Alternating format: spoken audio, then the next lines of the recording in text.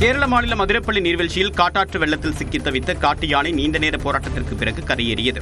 மேற்கு தொடர்ச்சி மலைப்பகுதியில் கடந்த சில தினங்களாக தொடர் மழை பெய்து வருவதால் அதிரப்பள்ளி நீர்வீழ்ச்சியில் வெள்ளம் ஆர்ப்பரித்து கொண்டு வருகிறது. நிலையில் அதன் வனப்பகுதியிலிருந்து வெளியேறிய யானை ஒன்று தண்ணீர் குடிக்க வந்தபோது அதிரப்பள்ளி நீர்வீழ்ச்சி வெள்ளத்தில் சிக்கியது. இதையடுத்து சம்பவ இடத்திற்கு வந்த வனத்துறையினர் எதிர் திசையிலிருந்து சத்தம் எழுப்பி கூச்சலிட்டதால் யானை மெதுவாக வெள்ளத்திலிருந்து வெளியேறியது.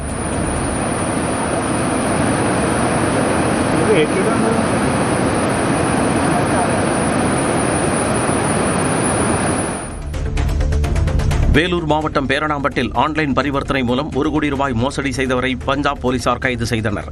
பேரணாம்பட்டு பகுதியைச் சேர்ந்த வசீம் என்பவர் கர்நாடக மாநிலம் பெங்களூருவில் தனியார் நிறுவனத்தில் வேலை செய்து வந்ததாக கூறப்படுகிறது.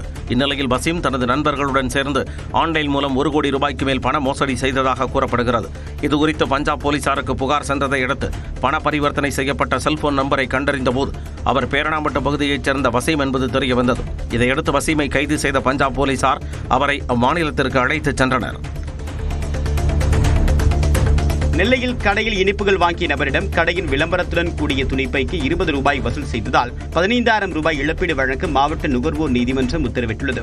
நெல்லையை சேர்ந்த பரமசிவம் என்பவர் பாளையங்கோட்டை ராம்லாலா ஸ்வீட்ஸ் கடையில் 420 ரூபாய்க்கு இனிப்புகள் வாங்கிய நிலையில் நிறுவன விளம்பரத்துடன் கூடிய துணிப்பைக்காக அவரிடமிருந்து 20 ரூபாய் வசூல் செய்யப்பட்டுள்ளது. இதனை எதிர்த்து பரமசிவம் நெல்லை நுகர்வோர் நீதிமன்றத்தில் வழக்கு தொடுத்த நிலையில் அவருக்கு 10,000 ரூபாய் இழப்பீடும் 5,000 ரூபாய்க்கு வழக்கு செலவிற்கு வழங்குவதோடு துணிப்பைக்கு வசூலித்த 20 ரூபாயும் திரும்ப வழங்க மாவட்ட நுகர்வோர் நீதிமன்றம் உத்தரவிட்டுள்ளது. கிருஷ்ணகிரி மாவட்டம் வேபண்ணவள்ளி அருகே 8 மாத கர்ப்பிணியை கழுத்தை அறுத்து கொலை செய்த கள்ளக்காதலன் உட்பட 2 கைது செய்யப்பட்டனர். கோனைக்கவுண்டனூர் அருகே வனப்பகுதியில் அழுகிய நிலையில் பெண் சடலம் கிடப்பதாக போலீசாருக்கு தகவல் கிடைத்தது. இதையடுத்து சம்பவ இடத்திற்கு விரைந்த போலீசார் சடலத்தை கைப்பற்றி விசாரணை நடத்தினர். விசாரணையில் சடலமாக மீட்கப்பட்ட பெண் பல்லேரிப்பள்ளி கிராமத்தைச் சேர்ந்த ஷாலினி என்பது தெரியவந்தது.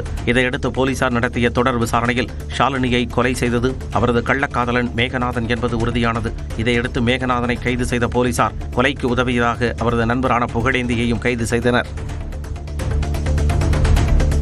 வரிகளை குறைக்க வலியுறுத்தி ஈரோடு மாநகராட்சி அலுவலகத்தை முற்றுகையிட்டு போராட்டத்தில் ஈடுபட்ட பாஜகவினர் 200க்கும் மேற்பட்டோர் கைது செய்யப்பட்டனர். வீடுகள், வணிக நிறுவனங்கள், காலி இடங்கள் மீதான சொத்து வரி, குப்பை வரி, பாதாள சாக்கடை வரி உள்ளிட்ட வரிகள் உயர்த்தப்பட்டன. இதற்கு எதிர்ப்பு தெரிவித்து பெரிய மாரியம்மன் கோவிலில் இருந்து மாநகராட்சி அலுவலகத்தை நோக்கி ஊர்வலமாக வந்த 200க்கும் மேற்பட்ட பாரதிய ஜனதா கட்சியினர் மாநகராட்சி அலுவலக நுழைவு பகுதியில் போராட்டத்தில் ஈடுபட்டனர். அவர்களை தடுத்து நிறுத்திய காவல்துறையினர் வலுக்கட்டாயமாக கைது செய்தனர். தெலுங்கானா மாநிலம் மேட்சல் அருகே டிப்பர் லாரியின் சக்கரத்தில் சிக்கி 1ஆம் வகுப்பு மாணவர் தாய் கண்முன்னே உயிரிழந்த சம்பவத்தின் சிசிடிவி காட்சி பதைபதைப்பை ஏற்படுத்தியுள்ளது. துண்டிக்கல் நகரில் உள்ள தனியார் பள்ளியில் படிக்கும் மாணவர் காலையில் தனது தாயுடன் இருசக்கர வாகனத்தில் வந்தார். மல்லம்பேட் பகுதியில் வந்தபோது நிலை தடுமாறி இருவரும் கீழே விழுந்த நிலையில் பக்கவாட்டில் வந்த டிப்பர் லாரியின் சக்கரத்தில் சிக்கி 1ஆம் வகுப்பு மாணவர் உயிரிழந்தார்.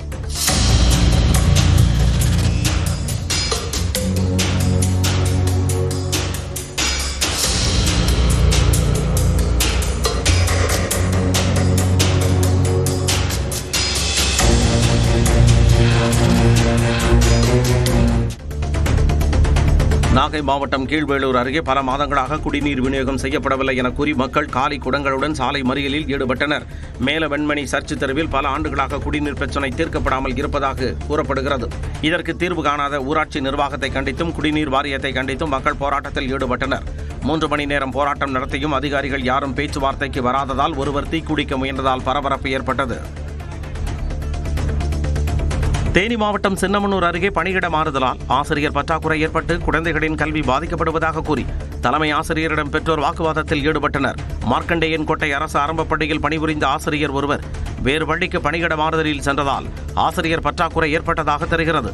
இதனால் வெவ்வேறு வகுப்புகளில் பயிலும் மாணவ மாணவிகளை ஒரே வகுப்பில் வைத்து கற்பிக்கப்படுவதாக கூறப்படுகிறது. இதனால் தங்கள் பிள்ளைகளின் கல்வி பாதிக்கப்படுவதாக கூறி ஊர் மக்கள் பள்ளியை முற்றுகையிட்டு தலைமை ஆசிரியர் மற்றும் ஆசிரியர்களிடம் வாக்குவாதத்தில் ஈடுபட்டனர். திருப்பத்தூர் மாவட்டம் மாம்பூர் அருகே கட்டுப்பாட்டை இழந்த கார் 2 ஆட்டோக்கள் மற்றும் இருசக்கர வாகனம் மீது மோதிய விபத்தில் தனியார் தொழிற்சாலை காவலாளி உயிரிழந்தார். கிருஷ்ணகிரியிலிருந்து வேலூருக்கு பெங்களூரு சென்னை தேசிய நெடுஞ்சாலையில் சென்ற கார் சான்றோர் குப்பம் என்ற பகுதியில் 2 ஆட்டோக்கள் மற்றும் இருசக்கர வாகனத்தின் மீது மோதியது. இதில் இருசக்கர வாகனத்தில் வந்த வெங்கடேசன் என்பவர் உயிரிழந்தார். 2 ஆட்டோ ஓட்டர்கள், ஆட்டோவில் பயணித்த 2 ஆசிரியர்கள் என்று 4 பேர் பலத்த காயமடைந்தனர். விபத்து குறித்து விசாரிக்கக்கூடிய காவல்துறையினர் கார் ஓட்டுநரை தேடுகின்றனர்.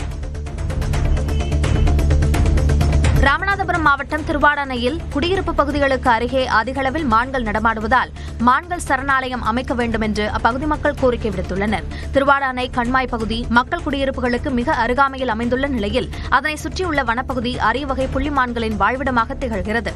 இந்த நிலையில் அவற்றின் பாதுகாப்பிற்காகவும் இனப்பெருக்கத்திற்காகவும் சரணாலயம் அமைக்க வேண்டும் என்று அப்பகுதி மக்கள் வலியுறுத்தியுள்ளனர். திண்டுக்கல்லில் அரசு வேலை வாங்கி தருவதாக 7 பேரிடம் 20 லட்சம் ரூபாய் மோசடி செய்த அரசு கல்லூரி பெண் பேராசிரியர் கைது செய்யப்பட்டார். திண்டுக்கல் ரெட்டியார் சத்திரத்தில் உள்ள அரசு கலைக்கல்லூரியின் பேராசிரியை ஷாமலா தேவி கடந்த 2023ஆம் ஆண்டு ராஜேஸ்வரி, காயத்ரி, நந்தினி, மாலினி, ரேவதி, செல்வராணி, லிங்கேஸ்வரன் ஆகிய 7 பேரிடம் அரசு வேலை வாங்கி தருவதாக கூறி முன்பணமாக 20 லட்சம் ரூபாய் பெற்றதாக கூறப்படுகிறது. இந்த நிலையில் சிலருக்கு போலியாக நேர்காணல் நடத்தியதுடன் சிலருக்கு போலி பணி நியமன கடிதங்களை ஷாமலா தேவி கொடுத்துள்ளார். இது தொடர்பாக பாதிக்கப்பட்டவர்கள் அளித்த புகாரின் பேரில் மாவட்ட குற்றப்பிரிவு போலீசார் ஷாமலா தேவியை கைது செய்தனர். தூத்துக்குடி மாவட்டம் திருச்செந்தூர் சுப்பிரமணிய சுவாமி கோவிலில் கும்பாபிஷேக விழா கணபதி பூஜையுடன் விமர்சையாக தொடங்கியுள்ளது. முருகனின் அறுபடை வீடுகளில் 2ஆம் படை வீடான திருச்செந்தூர் சுப்பிரமணிய சுவாமி கோவிலில் வரக்கூடிய 7ஆம் தேதி கும்பாபிஷேகம் நடைபெறவுள்ளது. இதற்காக கோவிலின் 2வது பிரகாரத்தில் உள்ள வல்லபை விநாயகர் சன்னதி முன்பாக கணபதி பூஜை நடைபெற்றது. யாக வேள்வி, பிரம்மாச்சாரி பூஜை, கஜ பூஜை, பூர்ணாகுதி, தீபாராதனை நடைபெற்றது. யானை தெய்வானைக்கு வண்ண மலர்களால் அர்ச்சனை செய்து பட்டு வஸ்திரம் சாத்தி தீபாராதனை நடைபெற்றது. பாஜகவை சேர்ந்த அமைச்சர் மற்றும் நியமன எம்எல்ஏக்களின் மாற்றத்தால் புதுச்சேரி அரசியலில் பரபரப்பான சூழல் ஏற்பட்டுள்ளது. பின்னணி என விரிவாக பார்க்கலாம் இந்த தொகுப்பில்.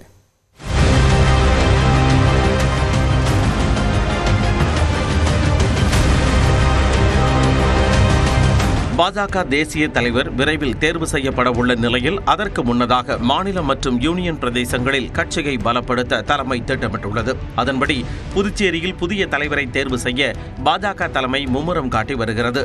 அதே நேரம் தலைவர் ரேஸில் பலர் இறங்கியதால் புதிய தலைவரை தேர்வு செய்வதில் சுணக்கம் ஏற்பட்டது. இந்நிலையில் நாளை புதுச்சேரி மாநில பாஜக தலைவருக்கான வேட்புமனு தாக்கல் நடைபெறுகிறது. தொடர்ந்து 30ஆம் தேதி தேர்தலை நடத்தி அன்று மாலையே புதிய தலைவரை அறிவிக்கவும் பாஜக திட்டமிட்டுள்ளது. கடந்த ஆண்டு நடைபெற்ற நாடாளுமன்ற தேர்தலில் புதுச்சேரியில் பாஜக தோல்வி கண்டது. இந்நிலையில் பல அணிகளாக கிடக்கும் கட்சியை ஒருங்கிணைக்க புதியவர்களுக்கு கட்சியிலோ அல்லது ஆட்சியிலோ வாய்ப்பளித்து அடுத்த ஆண்டு சட்டமன்ற தேர்தலை எதிர்கொள்ள பாஜக திட்டமிட்டுள்ளது. இதையடுத்து புதுச்சேரி பாஜக தலைவர் தேர்தலுக்கான பொறுப்பாளர் நிர்மல் குமார் சுரானா தலைமையில் பாஜக அமைச்சர்கள் மற்றும் சட்டமன்ற உறுப்பினர்கள் ஆலோசனை கூட்டம் நடைபெற்றது. அப்போது நியமன எம்எல்ஏக்கள் வெங்கடேசன், அசோக் பாபு, VP ராமலிங்கம் ஆகியோரையும் அமைச்சர் சாய் சரவணகுமாரையும் ராஜினாமா செய்ய நிர்மல் குமார் சுரானா அறிவுறுத்தியதாக கூறப்படுகிறது. அதைத் தொடர்ந்து பாஜக அமைச்சர் நமச்சிவாயம், புதுச்சேரி பாஜக தலைவர் செல்வ கணபதி ஆகியோர் தலைமையில் நடைபெற்ற ஆலோசனை கூட்டத்தை தொடர்ந்து நியமன எம்எல்ஏக்கள் ராமலிங்கம், வெங்கடேசன், அசோக் பாபு ஆகியோர் சபாநாயகர் செல்வத்தை சந்தித்து ராஜினாமா கடிதங்களை வழங்கினர். அவர்களைத் தொடர்ந்து அமைச்சர் சாய் சரவணகுமாரும் தனது பதவியை ராஜினாமா செய்தார். பாரத பிரதமர் அவர்கள் இந்த பதவியை நீங்க ராஜினாமா பண்ண சொல்லியிருக்காங்க. அவருடைய உத்தரவை தலையாய உத்தரவை ஏற்று ராஜினாமா பண்றதுக்காக போயிட்டு சாய் சரவணகுமார் ராஜினாமாவை துணைநிலை ஆளுநர் ஏற்றுக்கொண்டதாக கூறிய முதலமைச்சர் ரங்கசாமி புதிய அமைச்சர் யார் என முடிவாகவில்லை என்றார். அடுத்த அமைச்சர் பதவிக்கு யார் கொடுத்திருக்காங்க, பேர் பரிந்துரை பண்ணிருக்காங்க? அது இன்னும் இல்லை, இது மட்டும்தான். நியமன உறுப்பினர்களாக தீப்பாய்ந்தான், காரைக்கால் ராஜசேகர், முதலியார்பேட்டை செல்வம் ஆகியோரை பாஜக பரிந்துரை செய்துள்ளது. அதே நேரம் அமைச்சர் பதவிக்கு MLA ஜான்குமார் பெயர் பரிந்துரைக்கப்பட்டுள்ளதாக கூறப்படுகிறது. எக்ஸ்பிரஸ் 18 செய்திகள் சிலவற்றை தொடர்ந்து பார்க்கலாம். விழுப்புரம் மாவட்டம் மரக்காணம் அருகே நெடுஞ்சாலையில் நிலை தடுமாறி இருசக்கர வாகனம் கீழே விழுந்த நிலையில் அதனை ஓட்டி வந்தவர் நூலிழையில் உயிர் தப்பினார். கூனிமேடு பகுதியைச் சேர்ந்த பயாஸ் என்பவர் தனது இருசக்கர வாகனத்தில் புதுச்சேரியை நோக்கி அதிவேகமாக சென்று கொண்டிருந்தார். அப்போது முன்னால் சென்ற பேருந்து திடீரென பிரேக் பிடித்ததால் பேருந்து மீது மோதாமல் இருக்க பயாசும் பிரேக் பிடித்ததால் நிலை தடுமாறி வாகனத்திலிருந்து கீழே விழுந்தார். அப்போது எதிரே வந்த கனரக லாரியில் இருசக்கர வாகனம் சிக்கி அப்பளம் போல் நொறுங்கியது. இந்த விபத்தின் பதைபதைக்க வைக்கும் CCTV காட்சிகள் வெளியாகியுள்ளன.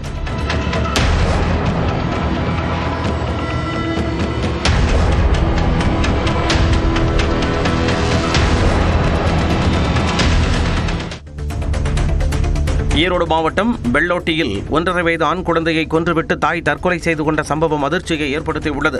கவின் பிரசாத் என்பவருக்கும் அவரது மனைவி அமராவதிக்கும் இடையே அடிக்கடி பிரச்சனை ஏற்பட்டதாக கூறப்படுகிறது.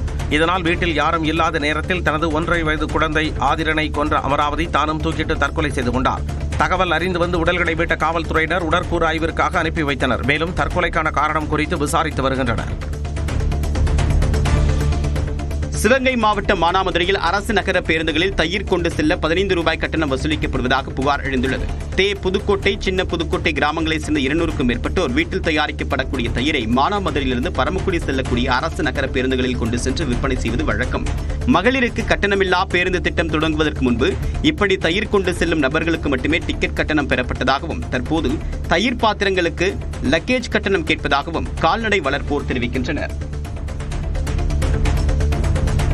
சிவகங்கை மாவட்டம் திருப்பத்தூரில் அதிக பாரம் ஏற்றி வந்த லாரி மின்வயரில் சிக்கிக் கொண்டதால் பரபரப்பு ஏற்பட்டது. திருப்பூர், பல்லடம், கோயம்புத்தூர் உள்ளிட்ட பகுதிகளில் உள்ள மில்களில் பயன்படுத்துவதற்காக திருப்பத்தூரிலிருந்து லாரிகள் மூலம் விறகுகள் கொண்டு செல்லப்படுகின்றன. அந்த வகையில் திருமயத்திலிருந்து சென்ற லாரி மீது திருப்பத்தூர் பஜார் பகுதியில் மின்வயர்கள் சிக்கின. இதனை அறிந்த அக்கம் பக்கத்தினர் கூச்சலிட்டதால் ஓட்டுநர் லாரியை நிறுத்தியுள்ளார். இதனால் அந்த பகுதியில் 1 மணி நேரம் போக்குவரத்து பாதிக்கப்பட்டது. திண்டுக்கல் மாவட்டம் வேடச்சந்தூர் அருகே நடுநிலைப்பள்ளி சத்துணவு மையத்தில் சமையல் எரிவாயு சிலிண்டர் வெடித்ததால் பரபரப்பு ஏற்பட்டது. பாலப்பட்டியில் உள்ள ஊராட்சி ஒன்றிய நடுநிலைப்பள்ளியில் சத்துணவு மைய கட்டடத்தில் விபத்து ஏற்பட்டதைத் தொடர்ந்து விரைந்து வந்த தீயணைப்பு வீரர்கள் தீயை அணைத்தனர். இந்த விபத்தில் நல்வாய்ப்பாக யாருக்கும் எந்த பாதிப்பும் ஏற்படவில்லை. சென்னை திருவொற்றியூரில் ரவுடியை அரிவாளால் வெட்டி கொலை செய்ய முயன்ற வழக்கில் 5 பேர் கைது செய்யப்பட்டுள்ளனர். குற்ற சரித்திர பதிவேடு குற்றவாளியான ஆனந்த் என்பவர் புதன்கிழமை அதிகாலை இருசக்கர வாகனத்தில் சென்றபோது 5 பேர் கொண்ட கும்பலால் வெட்டப்பட்டார். இது தொடர்பாக விசாரணை நடத்திய காவல்துறையினர் முரளி, தளபதி, விக்னேஷ், பாலா, சாலமன் ஆகிய 5 பேரை கைது செய்து சிறையில் அடைத்தனர். விருதுநகர் மாவட்ட புதிய ஆட்சியர் சுகபுத்ரா முதலமைச்சரின் காலை உணவு திட்ட உணவின் தரம் குறித்து ஆய்வு செய்தபோது மாணவர்களுடன் தரையில் அமர்ந்து உணவு சாப்பிட்டார். குந்தலப்பட்டி ஊராட்சி ஒன்றிய தொடக்கப்பள்ளிக்கு சென்ற மாவட்ட ஆட்சியர் சுகபுத்ரா காலை உணவு மற்றும் மதிய உணவிற்கு பயன்படுத்தப்படும் காய்கறிகள், மளிகைப் பொருட்கள், முட்டைகளின் தரம் குறித்து ஆய்வு செய்தார். இதையடுத்து மாணவர்களுடன் தரையில் அமர்ந்து உணவருந்திய ஆட்சியர் மாணவர்களுக்கு தரமான உணவு கிடைப்பதை உறுதி செய்ய வேண்டும் என அலுவலர்களுக்கு அறிவுறுத்தினார். கள்ளக்குறிச்சி மாவட்டம் திருநாவலூர் பகுதியில் பெண் சார் பதிவாளருக்கு கொலை மிரட்டல் விடுத்து பத்திரப்பதிவு செய்ய வைத்த சம்பவம் தொடர்பாக அதிமுக நிர்வாகிகள் உட்பட 6 பேர் கைது செய்யப்பட்டுள்ளனர். கடந்த 24ஆம் தேதி பொறுப்புசார் பதிவாளராக இருந்த லோகநாயகியை மிரட்டி சேந்தமங்கலத்தில் உள்ள 25 சென்ட் நிலத்தை சுந்தர் என்பவரின் பெயருக்கு பத்திரப்பதிவு செய்யப்பட்டுள்ளது. இது தொடர்பாக திருநாவலூர் காவல் நிலையத்தில் 26ஆம் தேதி லோகநாயகி புகார் அளித்தார்.